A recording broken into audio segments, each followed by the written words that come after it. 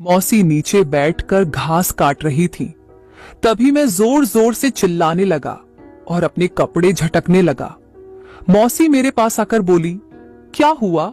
मैंने कहा, लगता है मेरी पैंट में कोई कीड़ा घुस गया है जो मुझे काट रहा है। मौसी बोली, तो पैंट निकाल कर देख लेना। मैंने बोला, मौसी मुझे कुछ समझ में नहीं आ रहा है, आप ही देख लो ना जरा। मौसी थोड़ी चौंक गई, लेकिन मौसी ने बाद में पैंट नीचे करने को बोला। फिर मैंने पैंट नीचे की और मौसी मेरे पैर पर देखने लगी कि कोई कीड़े ने काटा है कि नहीं।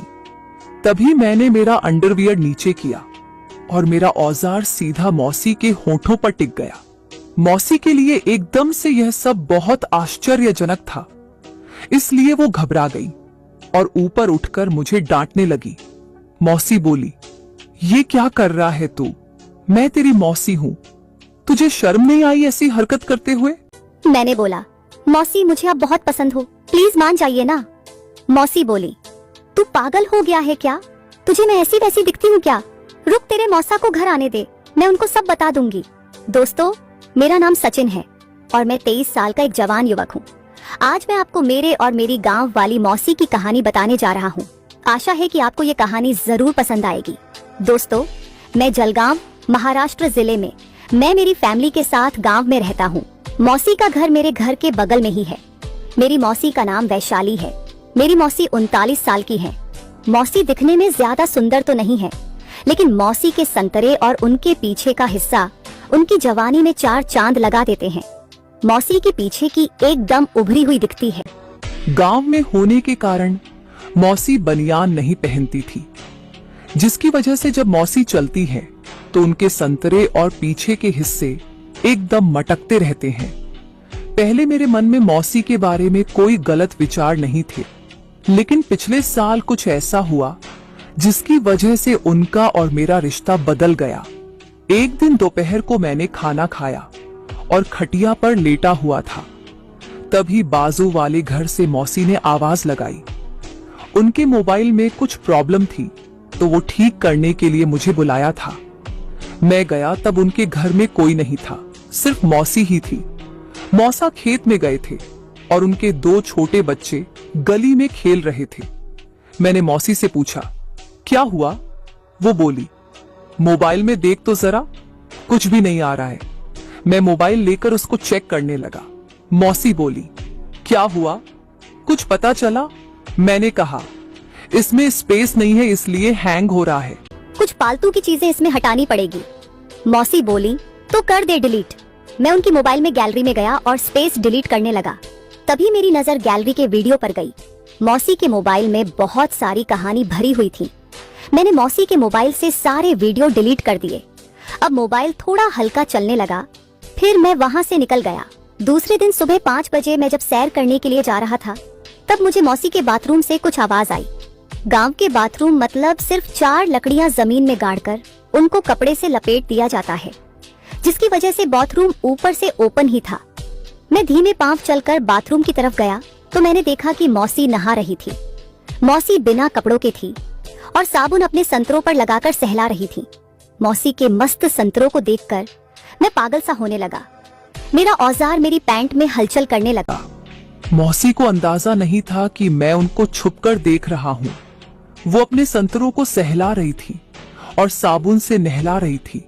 मैंने पहली बार मौसी को ऐसे बिना कपड़ों के देखा था। मेरा औजार मेरी पैंट में तूफान मचाने लगा। मैं वहां से निकल गया और सीधा अपने बाथरूम में गया और औजार को बाहर निकालकर मौसी के संतरों को याद और मौसी की पिलाई की कल्पना करके औजार को सहलाने लगा और कुछ ही देर में मैं हो गया। अब मेरे विचार मौसी के प्रति पिलाई भरे हो गए। मैं रोज उनकी पिलाई के सपने देखता था। मौसी जब भी मेरे सामने आती तो मेरा औजार उनको सलामी देने लगता।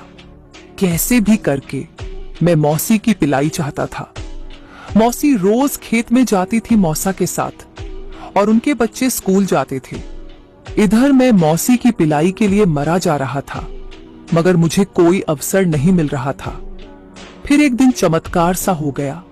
एक रात मौसा घर पर आए और बोले, कि उनको किसी जरूरी काम से 2 दिनों के लिए राजस्थान में जाना है। उन दिनों खेत में सिंचाई का काम चल रहा था, तो मौसा ने मेरे से बोला, तू मौसी के साथ खेत में जाया कर और सिंचाई के काम में मदद किया कर। मैं मौसा की बात सुनकर एकदम खुश हो गया। मौसी के साथ पूरा दिन खेत में रहूंगा, ये बात सोचकर मुझे बहुत खुशी हो रही थी। मैंने मौसा को हाँ बोला और मौसा उसी रात राजस्थान के लिए निकल गए। अगली सुबह मैं और मौसी जल्दी उठ गए थे। मौसी ने मेरी भी रोटियां बना ली थी और मुझे आवाज लगाई। मैं उनके साथ चलने लगा। मौसी आगे आगे और मैं उनके पीछे पीछे चल रहा था। मेरी नजर मौसी के पीछे के हिस्से पर टिकी हुई थी। वो चल रही थी तब उनकी पीछे की मटक रही थी। मंगल ग्रह के वो 2 टुकड़े मेरे पजामे के तनाव को बढ़ा रहे थे। ऐसा लग रहा था कि यही मौसी को बिना कपड़ों के करके पिलाई कर दूं। लेकिन मैंने अपने ऊपर संयम बनाकर रखा था। थोड़ी देर के बाद हम खेत में पहुंच गए। मौसा का खेत बहुत अंदर था, उस तरफ काफी सन्नाटा था। ज्यादातर खेत गांव के पास ही थे, मगर मौसा का खेत अड़चन वाली जगह पर था। मौसी ने वहां पहुंचकर मुझे बोला, देख ये है हमारा खेत। खेत ज्यादा बड़ा नहीं था, मगर एकदम सुंदर जगह पर था। मौसी बोली, चल पहले मोटर चालू कर दे। तो मैं मोटर की तरफ गया। मोटर चालू करने के बाद मौसी और मैं खेत में जो घास उग रही थी उसको काटने लगे। मौसी नीचे बैठकर घास काट रही थी, जिससे उनके पीछे का हिस्सा बहुत बड़ा और सुंदर आकर लिए हुआ दिखाई दे रहा था। काम के चक्कर में उनका पल्लू भी सरक गया था, जिससे उनके आधे से ज्यादा संतरे दिखाई दे रहे थे। पसीना आने के कारण उनका शरीर और भी ज्यादा चमकने लगा था। तभी उनकी नजर और मेरी नजर एक हो गई। उन्होंने मुझे उनके संतरों को घूरते हुए देख लिया। उनकी नजर मेरी पैंट के तनाव पर गई। मेरे औजार की शेप को मौसी आंखें खोलकर घूर रही थी। फिर उन्होंने अपना पल्लू ठीक किया और काम में लग गई।